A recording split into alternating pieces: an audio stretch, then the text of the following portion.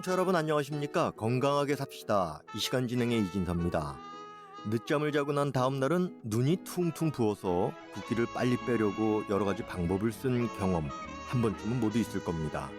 단순히 미용적 측면에서 보면 아무것도 아니지만 이유 없이 자고 나서는 손이 부었다든가 종아리가 많이 붓는다든가 하면 건강 이상의 신호로 볼 수 있겠는데요.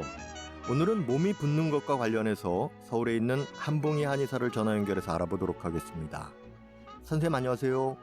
네, 기자님 안녕하세요. 네, 흔히들 듣는 게 이제 자고 나면은 얼굴이 부었다 이러는데 시간이 지나면은 붓기가 빠지지 않습니까?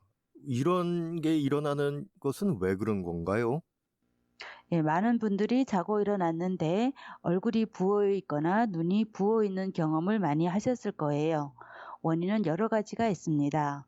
짜게 먹고 자거나 또는 술을 많이 마셨거나 영양실조가 걸렸을 때, 그리고 울다 자거나 수면 부족, 그리고 불량한 수면 자세와 수분 섭취 부족, 그리고 신장 질환으로 인한 나트륨 배설이 안 되는 경우 수분이 축적될 수 있고, 또 여성의 경우 생리 전 기간의 호르몬 변화로 인한 체내 수분 축적 등이 원인이 될 수 있습니다.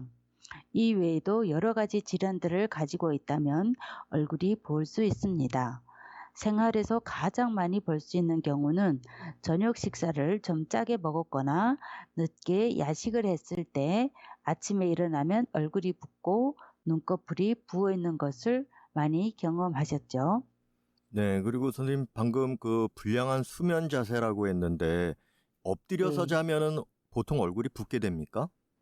예, 그렇죠. 엎드려서 자면 아무래도 그 중력에 의해서 수분이 이제 아래쪽으로 몰리게 되고 또 이제 혈관도 눌리고 그러면서 수분이 정체돼서 이제 붓게 되는 경우가 있죠. 네, 그리고 이제 보통 보면 이게 전반적으로 먹는 것과 몸이 붓는 것, 이 관계가 있는 거군요. 네, 그렇습니다.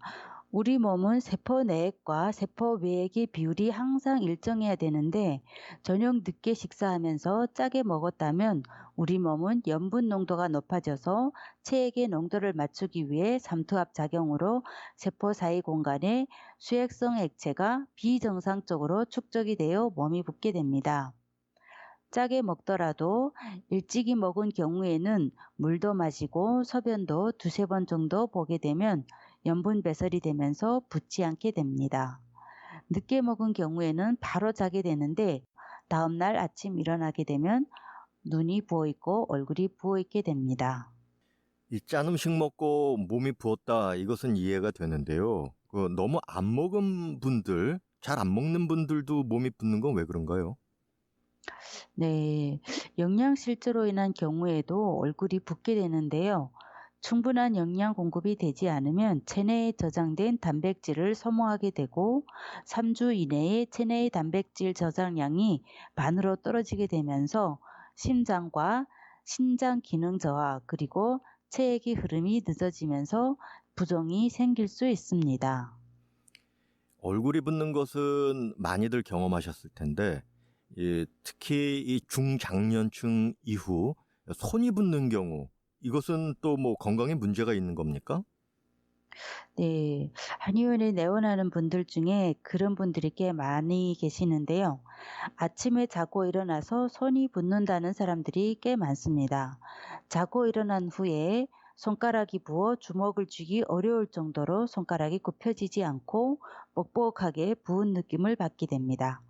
이런 증상은 일시적일 수도 있지만 다른 증상을 동반하여 나타나는 것이라면 유심히 관찰하여 치료를 받아야 합니다.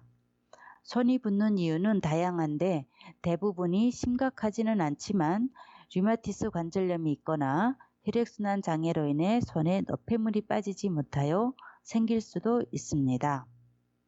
손이 붓는 것도 나트륨의 농도가 높아 나타날 수 있고 신장 기능 저하로 나타날 수도 있습니다. 혈액은 우리 몸에서 영양 공급과 산소 공급, 그리고 체온 조절 등의 역할을 하고 또 정맥을 통해 노폐물을 실어 나르기도 합니다. 이러한 혈액의 순환이 탁한 혈액으로 흐름이 막히거나 혈관이 좁아서 막히게 되면 당연히 혈액 흐름도 느려지고 붓고 저리고 손이 뒤틀리게 됩니다.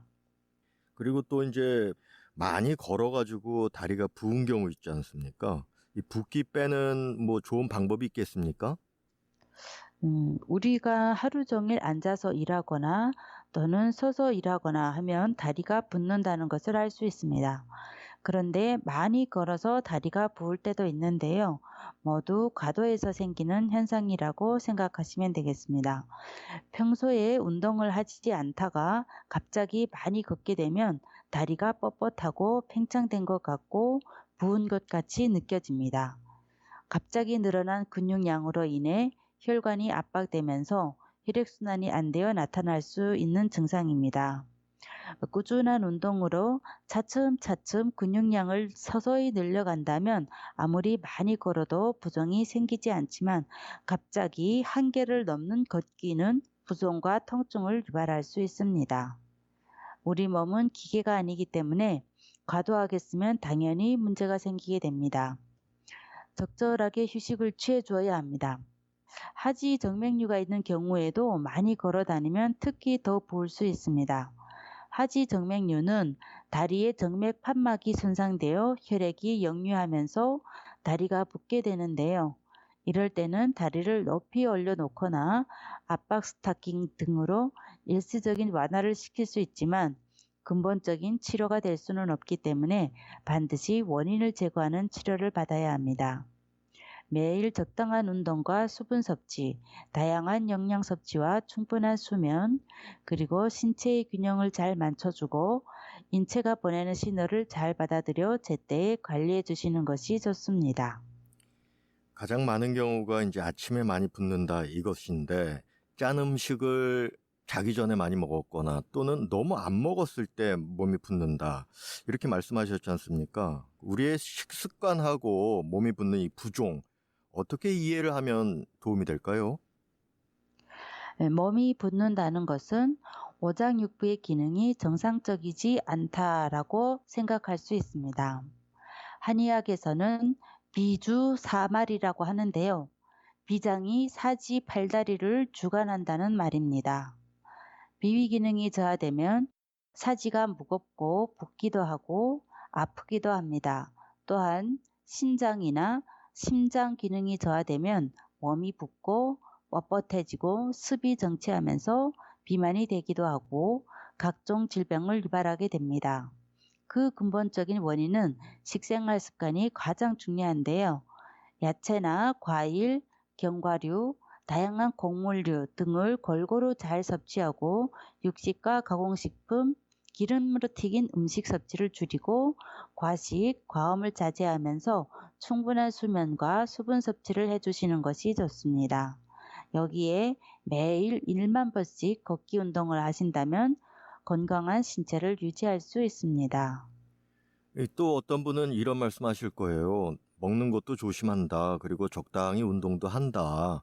그런데도 몸이 붓는다. 이런 분들에게는 어떤 도움 말씀을 주실 수 있을까요? 네, 부종은 다양한 질병에서 모두 발생할 수 있는 흔한 증상이기 때문에 부종의 양상에 따라 원인을 알 수 있는 것도 있고 알 수 없는 것도 있습니다.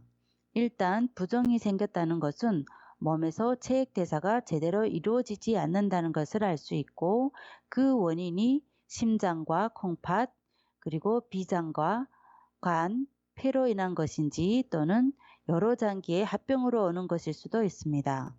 그리고 검사상 아무런 이상이 없는데 몸이 자주 붓는 경우도 있습니다. 부종은 그 자체가 병이라기보다는 질병의 증상으로 나타나며 많은 원인 때문에 생길 수 있는데요. 세포와 조직 그리고 혈액 사이에 일정한 수분 균형을 유지하는 생리학적인 현상입니다. 그 원인 가운데는 신장과 심장 그리고 정맥과 림프계 등의 질병과 영양실조, 알레르기 반응 등이 있는데요. 부종의 치료는 신장이나 심장의 기능을 좋게 하는 등 부종을 일으키는 원인을 치료하는 것입니다. 두드러기와 같이 아주 국소적인 것일 수도 있고 신증 부종처럼 전신에 나타나는 것일 수도 있습니다. 약식 동원이라고 약과 음식은 근원이 같기 때문에 식생활만 잘해도 만병을 고칠 수 있다는 것을 명심하시면 좋겠습니다. 네, 선생님 오늘 말씀 감사합니다. 감사합니다. 여러분 안녕히 계십시오. 건강하게 삽시다. 오늘은 몸이 붓는 부종에 대해 서울에 있는 한봉희 한의사를 전화 연결해서 도움 말씀 전해드렸습니다. 지금까지 진행에는 워싱턴에서 이진섭입니다. 고맙습니다.